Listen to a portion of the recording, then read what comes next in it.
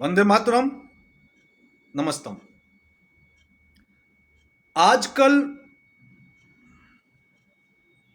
ब्राह्मण समुदाय के लोगों को गाली देने का एक नया फैशन चल गया है और इसी क्रम में ताजा बयान जो आया है वो मोहन भागवत साहब का आया है। ये देखिए क्या कह रहे हैं मोहन भागवत साहब। ये कह रहे हैं कि देश की बर्बादी का कारण ब्राह्मण समाज है, पंडित है। तो पहली बात, मोहन भागवत साहब को यह समझनी चाहिए कि ब्राह्मण किसे कहते हैं। जो ब्रह्म का ज्ञाता हो, जिसकी दिनचर्या ब्रह्म जैसी हो। और पंडित, पंडित उसे कहते हैं जो विद्वान हो, जो एक्सपर्ट हो। जैसे आज की तारीख में किसी को पीएचडी की डिग्री मिलती है तो उसके नाम के आगे डॉक्टर लग जाता है। ठीक उसी प्रकार से पंडित है, विद्वान। कभी कभी तो मुझे लगता है कि इस देश में सबसे अधिक शोषित, पीड़ित एवं प्रताड़ित कोई समाज है तो वो समाज ब्राह्मण समाज है। चलिए मैं आपको एक प्राचीन समय की स्टोरी बताता हूं। स्टोरी है द्रोणाचार्य की, आज के 5000 वर्ष पुरानी सत्य कथा। उनका एक पुत्र था, परंतु उनके घर में कोई गाय नहीं थी। तो द्रोणाचार्य का पुत्र जब अपनी माता से दूध की मांग करता तो उनकी माता कृपी उस बालक को चूने का पानी गोल करके उसे दूध बता करके पिला देती थी कि ये दूध है, ये पी ले। बालक छोटा था, 4 वर्ष का, 5 वर्ष का, 6 वर्ष का बालक रहा होगा, छोटा रहा। उसे दूध समझ के पी लेता था। बालक बड़ा होता गया और एक दिन किसी पड़ोसी के घर में चला गया। अपने किसी मित्रों के साथ चलते चलते किसी के घर में चला गया। वहां पर जो मित्र की माता थी उसने दूध निकाला गाय का, अपने बच्चों को पिलाया और उसे भी पिलाया। तो पहली बार उस बालक ने देखा कि दूध क्या होता है। तब उसका दिमाग में आया, अरे ये दूध है। क्योंकि उसकी आंखों के सामने गाय से निकाला गया था और उसे पिलाया गया था। वहां भी उसने कुछ छोटा मोटा सवाल किया होगा और बताया कि ये दूध है। सब लोग पी रहे थे। वो बालक भागा भागा घर पे आया, अपनी माता से बोला कि दूध पीना है मुझे। माता ने फटाफट चूने का घोल तैयार किया और बोला, ले बेटा दूध पी ले। तब उस बालक ने कहा कि नहीं, ये तो दूध नहीं है, दूध तो मैं अभी पी के आया हूं, ये तू मुझे क्या पिला रही है। और उसी वक्त द्रोणाचार्य अपने घर में आए, माता और पुत्र के संवाद को सुना। एक ब्राह्मण जिसके पास गाय नहीं है और पूरा हिंदुस्तान, हर व्यक्ति के घर में गाय, चाहे वो दलित हो, चाहे वो आदिवासी हो, चाहे वो वैश्य हो, कोई भी समाज का व्यक्ति हो। दूसरी तरफ न उनके पास गाय और न उनके पास दूध खरीदने के पैसे। ब्राह्मण समाज को सदियों से, सहस्त्रों वर्षों से अपमानित होना पड़ रहा है। और अब तो स्थिति यहां तक आ चुकी कि उनका सब कुछ छीनने की तैयारी हो चुकी है। मोहन भागवत साहब सत्ता के मोह में आकर के, लालच में आकर के, अहंकार में आकर के, वर्तमान सरकार के बहकाव में आकर के घोर निंदनीय कर्म कर रहे हैं।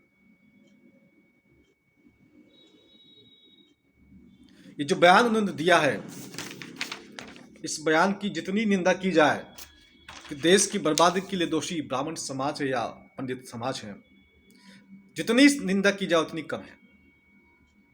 मोहन भागवत साहब तब कहां चले गए थे जब देश में नोटबंदी लागू हुई। और भारत की जनता को कैशलेस करके जबरदस्ती डिजिटल इकोनॉमी की तरफ धकेला गया, गुलामी की तरफ धकेला गया, व्यापारी समुदाय को नष्ट किया गया, तब क्यों नहीं बोले? जब देश में जीएसटी लागू की गई, व्यापारी को खत्म कर दिया गया, तब क्यों नहीं बोले? जब देश में लॉकडाउन लागू किया गया और 140 करोड़ लोगों को घरों के अंदर बंद कर दिया गया, तब आपने कोई बयान क्यों नहीं दिया? जब नकली महामारी की बात फैलाई गई, नाटक किया गया देश के अंदर, तब आप चुप क्यों थे? जब लोगों को जबरदस्ती लगाया गया, जबरदस्ती कहीं जाने नहीं दिया गया, ट्रेन में, हवाई जहाज में, बस में, सब जगह रोका गया, तब आप चुप क्यों थे? तब आपने कोई बयान क्यों नहीं दिया? आज की तारीख की बात करूं तो 14 वर्ष के बच्चों को, 15 वर्ष के बच्चों को, 16 वर्ष के बच्चों को हार्ट अटैक आ रहा है। आप चुप क्यों हैं?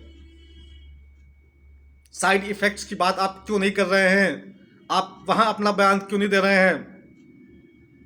देश में जबरदस्ती सेंट्रल बैंक डिजिटल करेंसी लागू की जा रही है, लोगों को फोर्स किया जा रहा है, आप क्यों चुप हैं?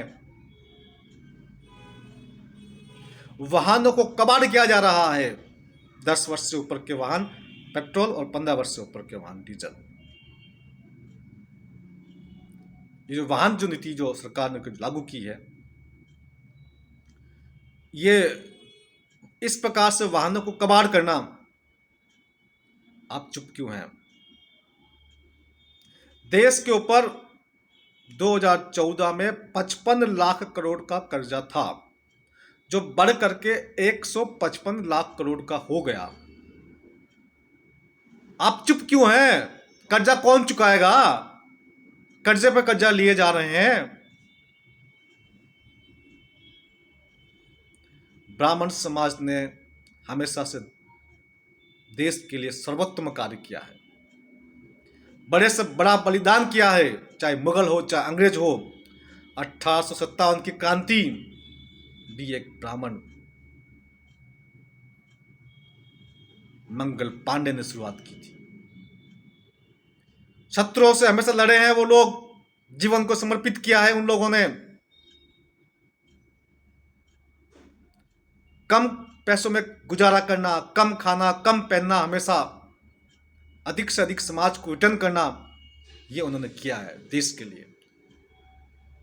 आपका प्लान क्या है भागवत साहब?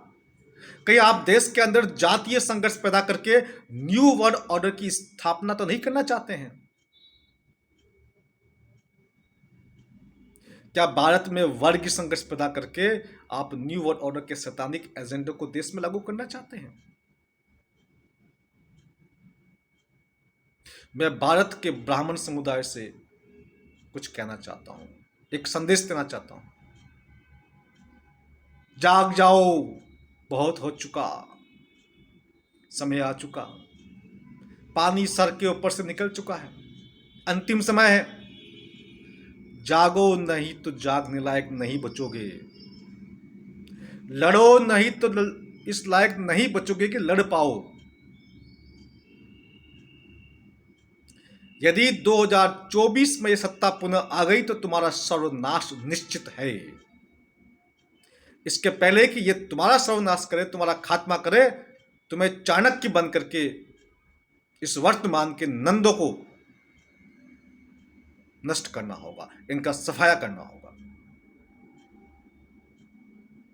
मैं इस देश का एक छोटा सा सिपाही हूं, मैं आपकी तन मन धन से मदद करूंगा। हालांकि मेरी औकात चींटी जितनी है, लेकिन जो भी है उतनी मैं आपकी मदद करूंगा। 2024 के अंदर देश को इन नंदों से मुक्त करना है, करना होगा, और हम करके रहेंगे। मेरी शक्ति, मेरा सामर्थ्य, मेरा विवेक, बुद्धि, सब कुछ आपके साथ है। धन्यवाद, नमस्तम, जय हिंद।